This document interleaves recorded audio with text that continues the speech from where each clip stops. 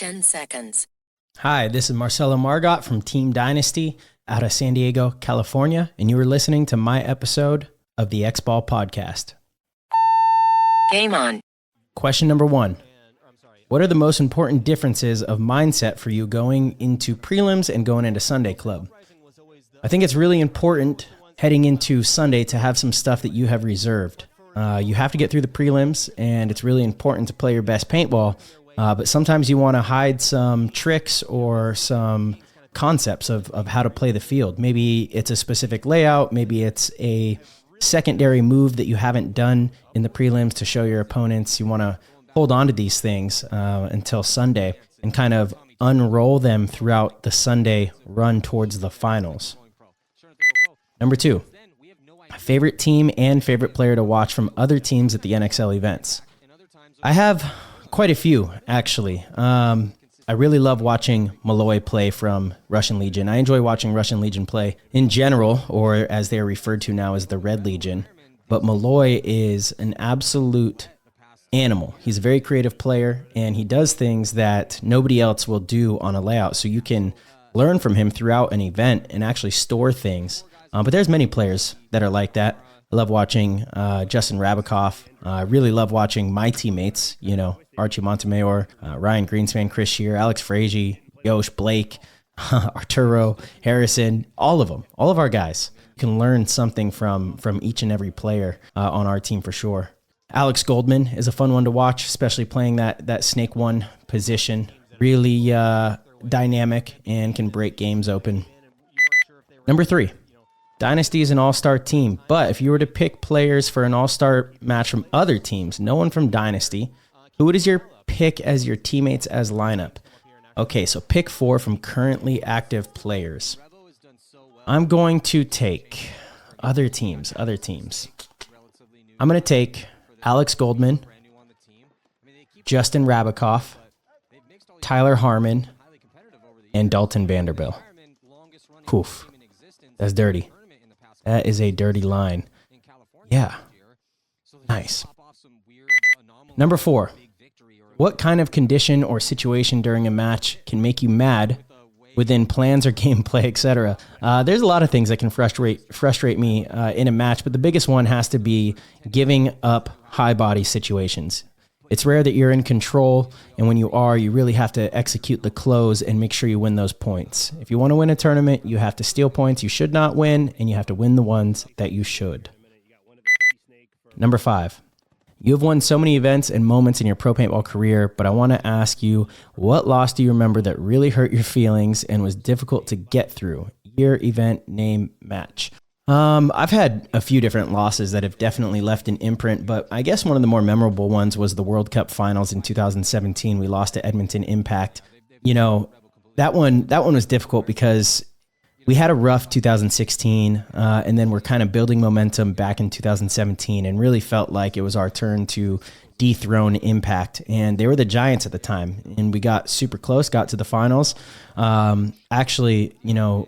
They had a pretty significant lead early, and we mounted a decent comeback, but it wasn't good enough. And I kept that second place trophy literally on my bed until 2020 World Cup after we won. I remember I came home, I looked at it, I said I could finally throw you away. Thank goodness. I actually still haven't thrown it away. It's in my closet somewhere. But it no longer sits on my bed as motivation or something that I look at. Number 6. When a ref makes a really bad call against you that makes you almost lose your mind, what's your approach? Do you try to argue with him at the heat of the moment, or just try to get away with it and go get ready for the next point? This is a great question. I pretty much never argue with the refs. I try my best not to unless I really, really, really believe that I was in the right. The reason being is you're never going to win the argument. So if anything, I'll try to calmly explain why I think the call was right or wrong, and just hopefully they get it right next time. You're never going to, 1, you're not going to get on the ref's good side if you argue with them. 2, they have a very difficult job. I'm sure they miss stuff. I'm sure they feel bad about missing stuff. They're constantly trying to get better. It's kind of part of the game. And you're not going to get the ref to go back and take away the penalty or assess the penalty on the other team, post point. So it just is what it is. It's a waste of time. It's a waste of energy, and it doesn't do any good. So try to move on. 7. I'm highly sure that you are a fan of single deck format, so that's why I'm asking this. Do you think the NXL should somehow figure a way to bring back the single deck format by probably adding one more day to event days? I 100% agree that split deck kills the momentum of a match. It's really frustrating to watch. I don't enjoy it, but I totally understand why it's necessary from a business standpoint. Adding an extra day is incredibly expensive for not just the league, but also the teams. You know, that would be a difficult task for a lot of the teams. You're talking about an extra night of hotels. And, you know, for the league, it's a tremendous amount of extra expense, which, you know, isn't great, but it is ideal. And for not just the momentum of actually playing the match, but for the, you know, watchability, I think it's very important that we find a way to go back to single deck, if at the very least on Sundays, so that we can do a better job of you know, telling the story as the match is being played. Number 8. How would you describe Joey Blute's character as a human being? I'm asking this question because I believe he's one of those people that anyone can learn from, especially off the field, and I know you pretty much feel the same way about him. I think Joey Blute is a very blunt individual. You are always going to know how he feels. He leaves the bullshit aside, and you know, he expects a lot out of the people around him, which I definitely admire. I can appreciate that. So I think Joey has done a great job with Damage. He's been a great leader for them. And he knows the game. He knows what he's talking about. He knows how to win. And again, he demands that out of the people around him. And, you know, those are the types of people that you want to follow. Number 9. Do you think the current 5-man pro XBall format will stay for a long time with no changes, or there's a possibility of major changes to the format? I'm not sure. I'm sure we'll see minor changes, which are natural in any sport. I hope that there's not a massive shift in the way that we play the game. I think we've gotten it to a point over the last 10, 15 years to where it's really, you know, been fine-tuned and is an excellent product. And I'm looking forward to seeing how we can do a better job of presenting it. Number 10, which player of the current generation highly reminds you of Nicky Cuba and his playing style in his prime days? And you have the same question for Chris Lasoya. I'm going to say the modern day Chris Lasoya might have to be A-Rod. You know, he's a musician, so rock star. Everyone kind of referred to Chris Lasoya as kind of the rock star back in the day, and they both love to make huge game-breaking moves through the middle of the field. So, yeah, as far as play style goes, I think we'd go with A-Rod for Chris Lasoya. And Nicky Cuba, who reminds me, I don't know that there's a player out there that brings that kind of energy. I mean, Nicky was just such a pest to all of his opponents and such a boost to all of his teammates, and really unique in the way that he played the game, unconventional, and just kind of, you know, he found ways to win. I mean, I'm sure I'm missing somebody that somewhat resembles that, but yeah, Nicky was one of a kind. Number 11. Can you name a player in the history of pro paintball as the most underrated player of all time? It might have been Steven Pitts. Steven Pitts played for San Diego Dynasty, played for Aftermath, Ironmen, and Steven Pitts was one of the best players there were, and the pros definitely didn't think he was underrated. The pros understood how good he was, but as far as a household name, you know, most viewers would say, Steven who? You know, and not even know who that is, which is really a shame because that player was really fun to watch and saw the field in a way that not many others do. Number 12, second biggest move or contract in the history of pro paintball, in your opinion, after Oliver's move to Ironman back in 2006. It's got to be the Latin Saint situation, you know, just because it made so much news. You know, it didn't end up working out, but Alex Goldman, Justin Rabikoff, Kyle Spica, them all going over to the Latin Saints, leaving Impact. And, you know, you're hearing all these stories of $100,000 contracts being thrown around. So maybe it's that. 13. 3 questions about the 2007 PSP season. 2007 PSP Pro season was the season of Russian Legion and Ironman rivalry, and you were on the Ironman in that incredible season. First event in LA, very close overtime win for you. Second event in MAO, lost to Russian Legion in the semifinals. Fourth event in River City Open, semifinal, Ironman lose. Then World Cup, in my opinion, the greatest and most intense World Cup finals ever. Do I agree? I think it was one of, but I don't know. I think the game's gotten even bigger and better, and we've had some pretty intense World Cup finals. 3 XBall matches, and you won your first ever World Cup where you played a key role, winning that one-on-one versus Kirill. Many years later, how do you feel about that rivalry? I don't think there's a rivalry between the Ironmen and the Russian Legion anymore. I think that has kind of long failed. I think in order to have a rivalry, you kind of have to be facing each other frequently, and I think that has kind of died off since then. Yeah, so I'm not sure that that's still there. Since the inception of the NXL back in 2015, was there any rivalry you can name that I think is similar to that of Russian Legion versus Ironmen in the 2007 season? I don't know, because it was a different time back then. Rivalries were much more common in sport, and you really took things very personal.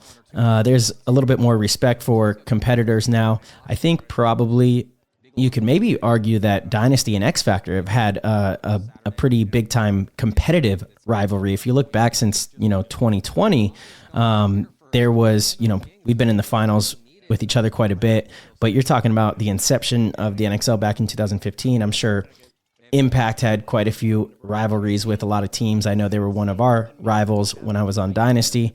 Yeah, I don't know. Again, that era, it's just such a long time ago, but that era of the Ironmen and Red Legion was pretty iconic.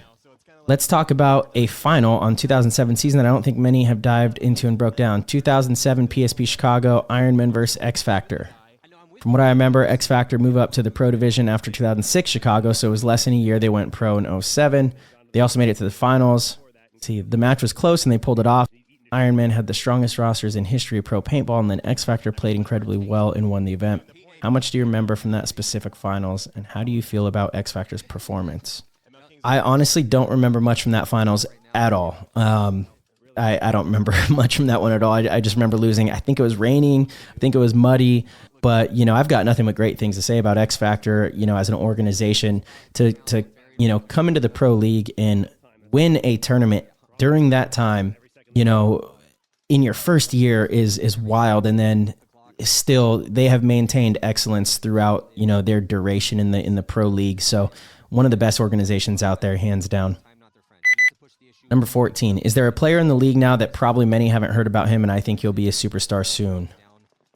That's tough because there's a lot of really good players, and ultimately to become a superstar, you have to stay committed, and it's hard to stay committed to this game because a lot of these players, they end up, getting distracted or going to chase a career elsewhere, and it kind of takes time away from their ability to shine in paintball. But I've got a lot of young kids that they're not in the pro league yet in the U.S., but they're definitely coming up. A lot of the Wrecking Crew kids, Ben, Alex, Colton Dahl, Seth Brown, these kids. And again, I'm forgetting some because I definitely work with a handful of them, but they are the next up. And, all of them, especially ones that have been on Team USA, actually, Brandon from Aftermath, Brandon Trujillo is probably, if he sticks with it, he has potential to be a superstar in this league for sure.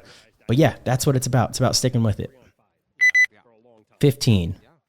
How old were you when you went to your first ever international event? What year and what event, and what was the coolest about it, if you remember? So actually, funny thing, because I just got back from Portugal and I was 18 years old when I first went to my European event, and it was Portugal. The event was actually in Spain, but the team I was playing with at the time, Lisbon Benfica, they were based out of Portugal. So I flew in a week early, 18 years old. Actually, I was 17 years old. I hadn't turned 18 yet.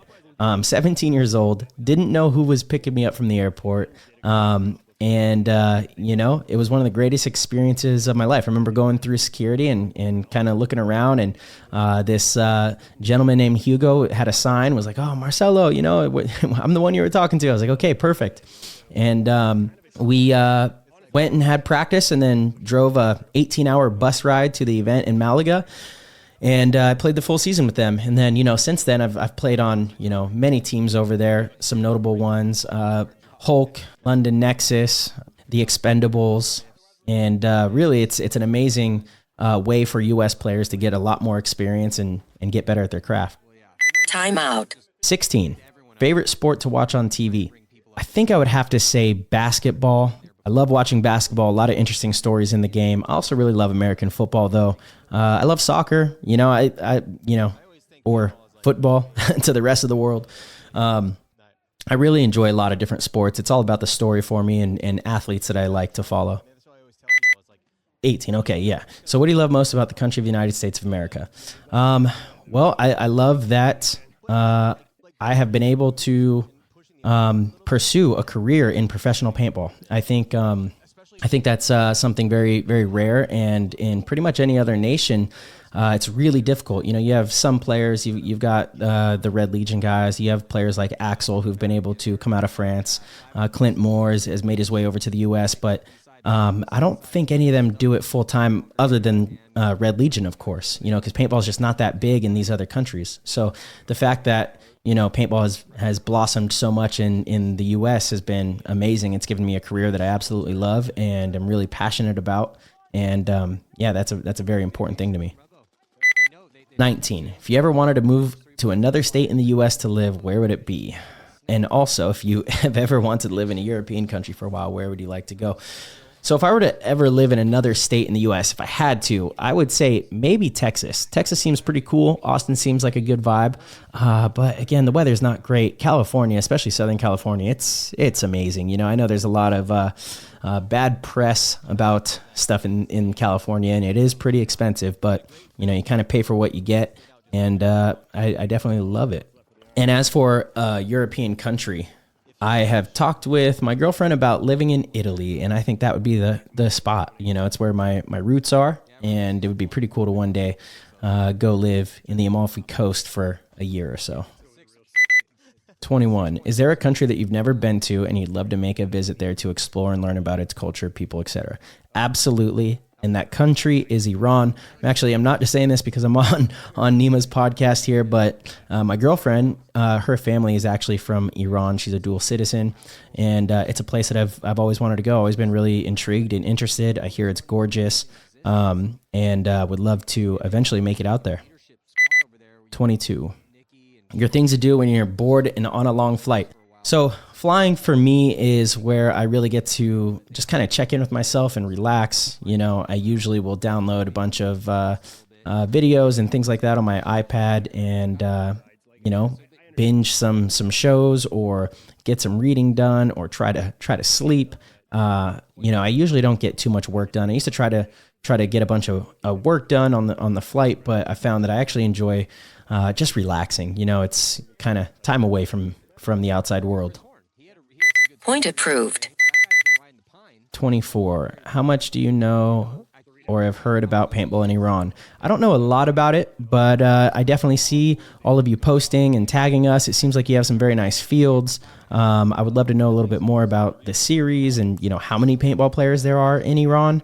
Not totally sure, but yeah, I know very little about it. I know that there is a pretty decent scene, which is awesome. Game time finished. Game stopped.